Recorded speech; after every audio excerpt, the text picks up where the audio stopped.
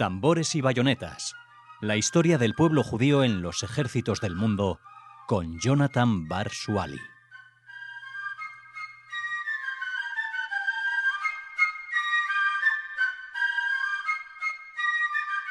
Hola oyentes de Radio Sefarad, Tambores y bayonetas. La historia del pueblo judío en los ejércitos del mundo con Jonathan Bar Shuali. Bueno, para los que no lo conozcan, porque ha habido alguna intervención de Jonathan al hablar de Napoleón. Él es joven, es historiador por la Universidad Complutense en Madrid, es socio de número en la Asociación Española de Jóvenes Modernistas, también en la Napoleonic Historical Society, y representante en España de la fundación napoleónica más importante de Europa, la Souvenir Napoléonien. Muchos de estos oficiales polacos, la gran curiosidad, y muchos de estos judíos también, que fueron con ellos, que se hicieron a la mar y que combatieron en una guerra que no consideraban suya, 1812.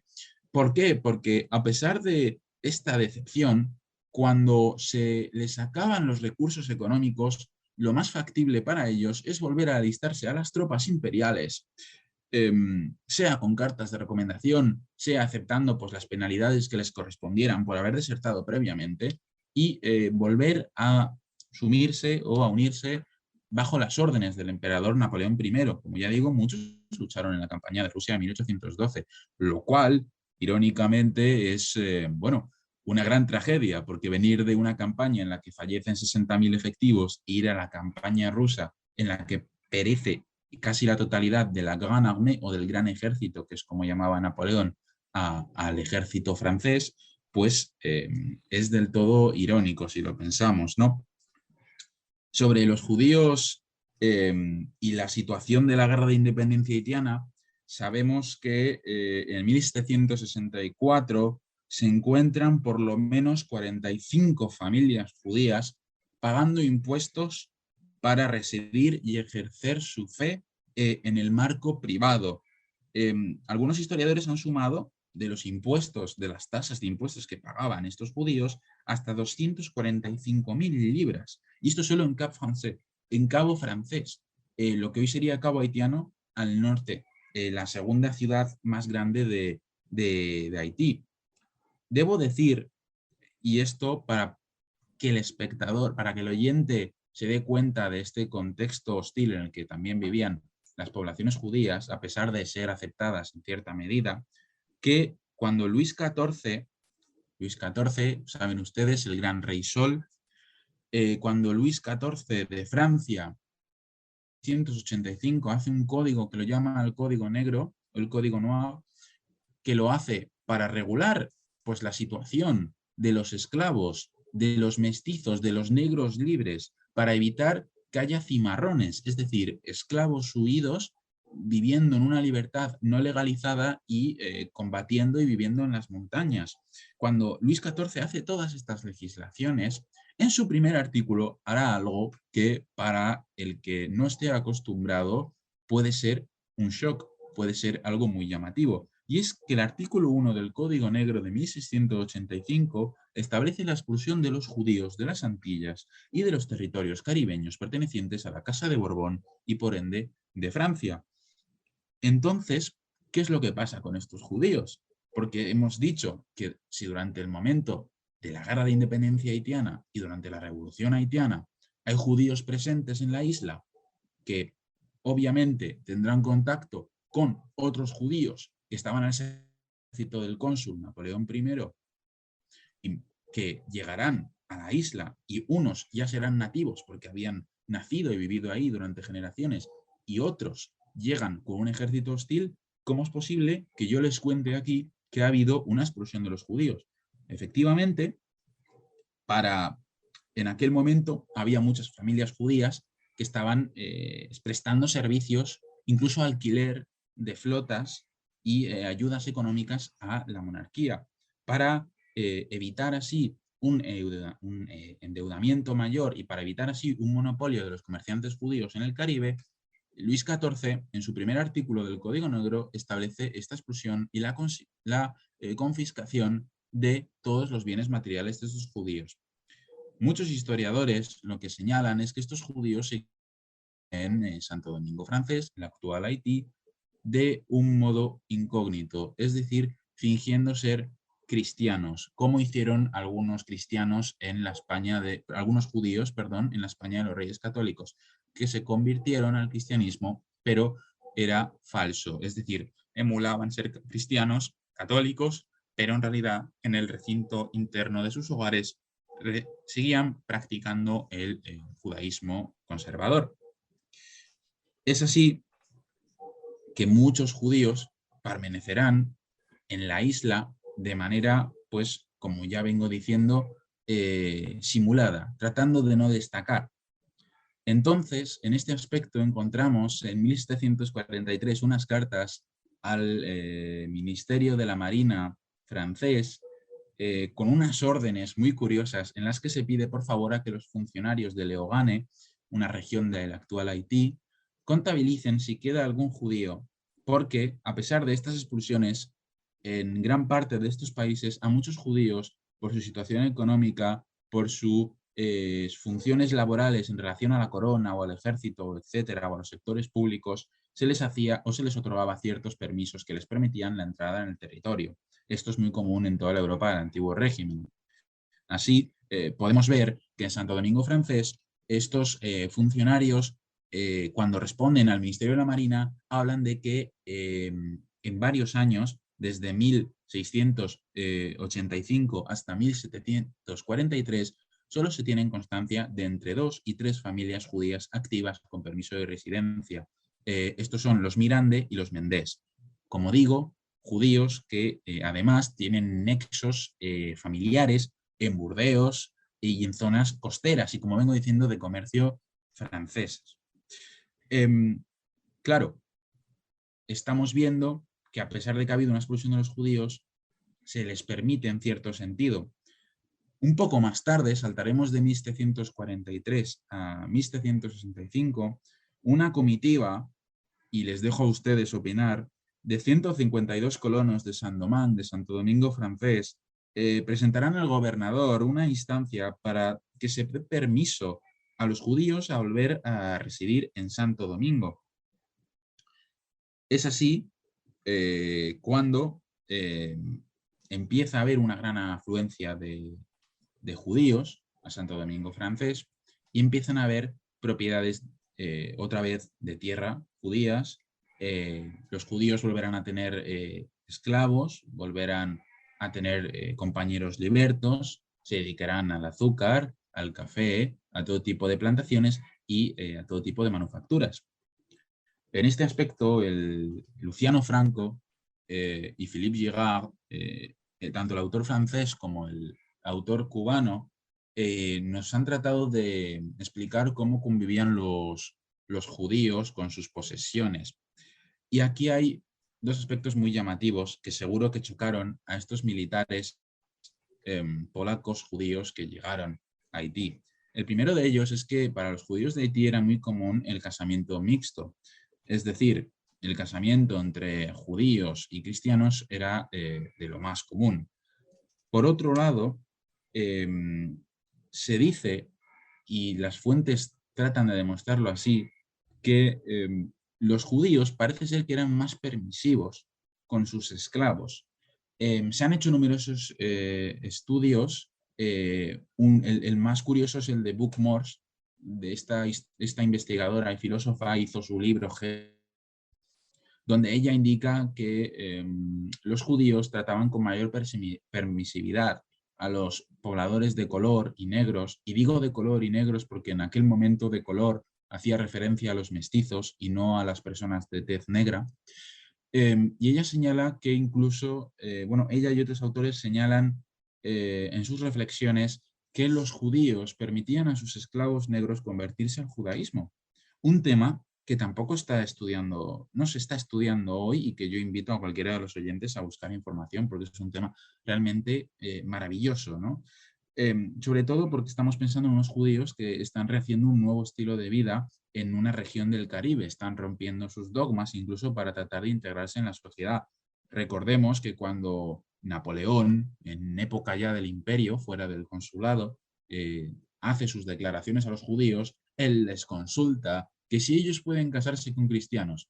Y a pesar de que esto vaya en contra del credo tradicional, ellos responden que sí.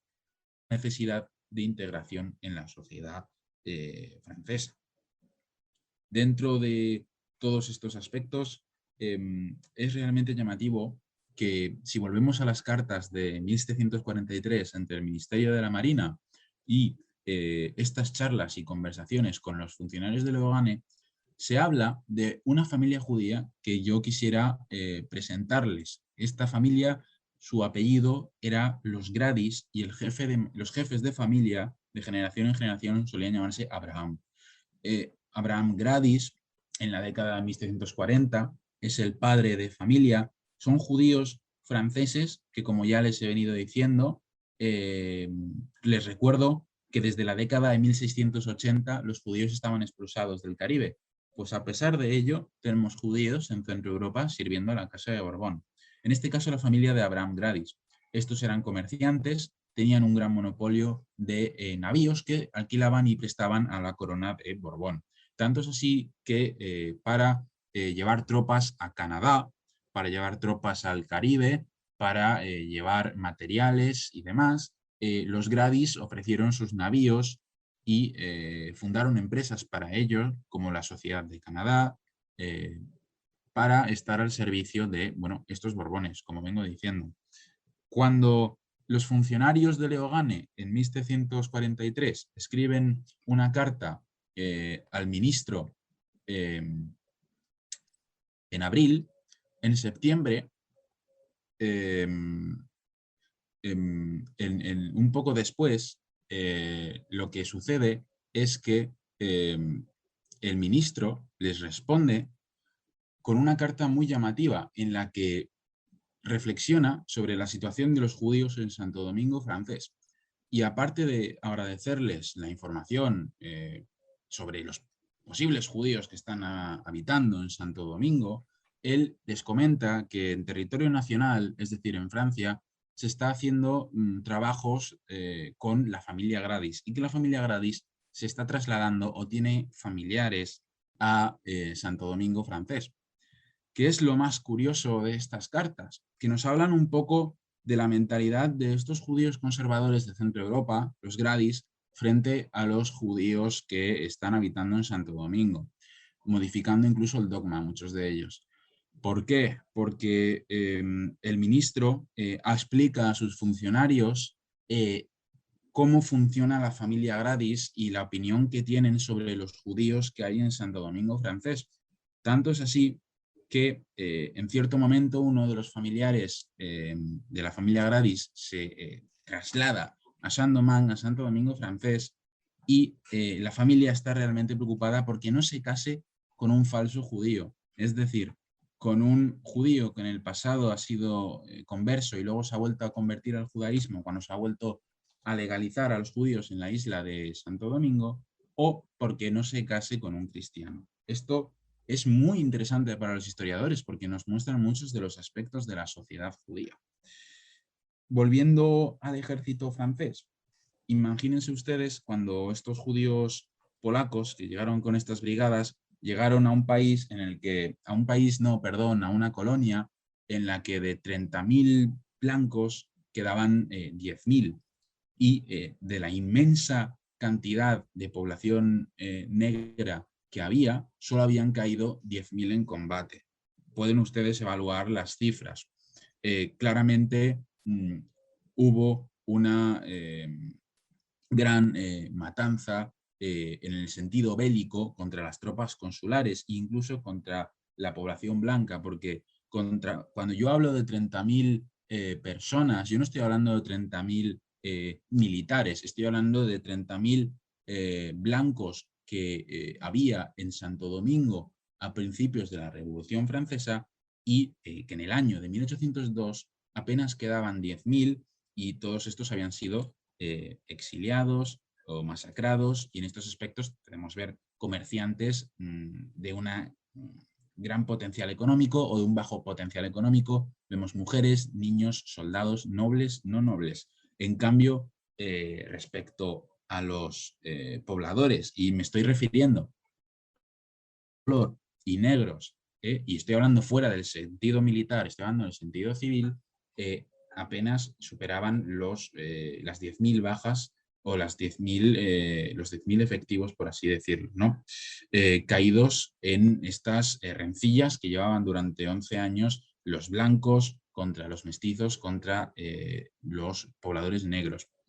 ¿Y por qué todo este lío, por qué toda esta amalgama de combates políticos y económicos que llevan a la revolución haitiana y asimismo a la guerra de independencia?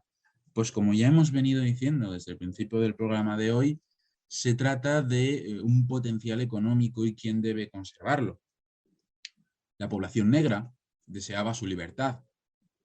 La población blanca dependía totalmente de la población negra. Y la población mulata, que también podía ser esclava, también deseaba su libertad, pero asimismo la deseaban solo para los propios mulatos, es decir, para la población de color, para estos mestizos, y además deseaban que la esclavitud permaneciera, cosa que era todo lo contrario a lo que deseaban los pobladores negros en la época de la Revolución Haitiana, es decir, en la década de 1790. En 1799 habrá una guerra civil llamada Guerra de los Cuchillos, en los que Toussaint Louverture conseguirá expulsar a los pobladores mulatos que dirigían las revueltas.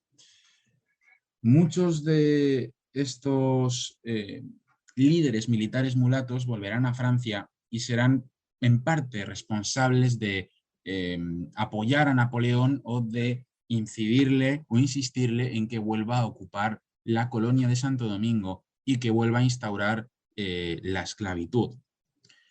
En este aspecto habrá otras muchas influencias, desde las influencias de Josefina de Beauharnais, su esposa, que tenía propiedades tanto en Santo Domingo como en la Martinica, hasta los militares blancos exiliados, que tuvieron que escapar de las revueltas de los negros con el antaño Duty Bukuman, que fue el primer líder de estas revueltas, y otros menesteres que hicieron que una población blanca se exiliara también a los Estados Unidos.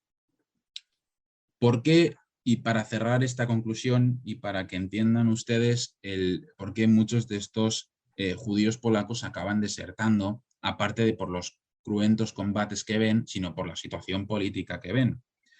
Cuando Toussaint Louverture se nombra cónsul vitalicio, porque yo lo voy a denominar cónsul vitalicio porque es lo que fue, porque en 1801 se establece la Constitución haitiana, por la cual Toussaint Louverture es gobernador general de Santo Domingo francés, pero asimismo tiene el derecho de herencia sucesoria. Es decir, si Toussaint Louverture falleciera, sería un miembro de los Louverture el que sería el nuevo gobernador general y no sería elegido de ningún modo de manera democrática. Napoleón Bonaparte fue también cónsul vitalicio un año después, en 1802. En cambio, Toussaint Louverture lo fue en 1801. Cuando Toussaint Louverture hace su código legal, él lo hace en pro y servicio, situándose a favor de la Francia republicana. Y aquí está el gran fallo de Napoleón, en el que envía tropas polacas, y sobre todo polacas, había de otras nacionalidades, pero la nacionalidad más compacta que combatió de manera extranjera en Saint-Domingue fueron polacos, pero obviamente dentro de los franceses, holandeses y demás. Cuando estos extranjeros, estos judíos polacos, combatieron en Santo Domingo y vieron todos estos hechos, ellos se dieron cuenta de que reprimían la libertad de un pueblo que en un origen estaba a favor de la propia Francia. Ante esta tesitura, muchos desertaron, otros no, pero sin duda nos ha quedado el legado de múltiples experiencias de judíos en Santo Domingo, desde oficiales que se hacen piratas y con sus tripulaciones atacan sus servicios a Estados Unidos, o, por ejemplo, el hecho de que podamos descubrir que ya había judíos en Haití durante muchísimos años en Santo Domingo francés, que, bueno, a pesar de haber sido reprimidos de haber estado en un continuo exilio alrededor de las islas del Caribe, permanecieron siempre ahí de manera oculta o libre, pero estuvieron ahí y fueron testigos de estos hechos. Y para finalizar, ¿qué pensaban los judíos de esta revolución haitiana? La población estaba muy partida y hoy en día es muy difícil sacar una conclusión, ya que no disponemos de tesis doctorales o muchos trabajos científicos que se hayan dignado a analizar cómo veían los judíos la revolución haitiana. Como yo he comentado ya, claramente los judíos, muchos, eran muy liberales con los pobladores negros. A muchos les hicieron libertos y luego les contrataron para sus terrenos, y muchos de estos negros, hoy por estudiar, se convirtieron en el judaísmo y era una práctica muy común que, bueno, ellos siguieron como confesión en su día a día. Luego no sabemos qué pasó con estos pobladores. Es un tema que está por estudiar, el tema de los judíos que eran negros, que habían sido liberados y se habían hecho a la fe de sus señores. Por otro lado, sabemos que es imposible que todos los judíos que estuvieran en Santo Domingo vieran con buen ojo la libertad y revolución haitiana. En primer lugar, por los destrozos que hubo en las grandes ciudades y en los incendios de almacenes en los que ellos eran propietarios y eran mercaderes y distribuidores de material. Teniendo en cuenta estos dos aspectos, sí podemos decir que la población judía presente en Santo Domingo quizás en un amplio espectro tuvo mayores tratos con la población negra en un mejor sentido, pero por otro lado no podemos decir que toda la población judía de Saint-Domingue estuviera de acuerdo con la revolución haitiana. Y dicho todo esto, y tras haber hablado con algunos de los aspectos más curiosos de la revolución haitiana y de los judíos presentes en diferentes etapas de la revolución haitiana y de los contextos previos, yo les dejo a ustedes imaginar o pensar, meterse en este viaje, en estos navíos con estos soldados judíos polacos, y les invito a imaginar qué es lo que vivieron, cómo lo vivieron y por qué desertaron muchos de ellos. Pues muchas gracias, Jonathan Barshuali, por digamos, este panorama de lo que sucedió en Haití, en un sitio que aparentemente estaba tan lejos del centro de los acontecimientos europeos, pero que de alguna manera refleja todas estas situaciones, incluso de los judíos del mundo más oriental, de Ashkenaz, polacos, judíos expulsados de la península ibérica, portugueses, etcétera, etcétera. Así que esto nos invita a seguir estando contigo en esta sección de tambores y bayonetas. Muchas gracias y hasta la próxima.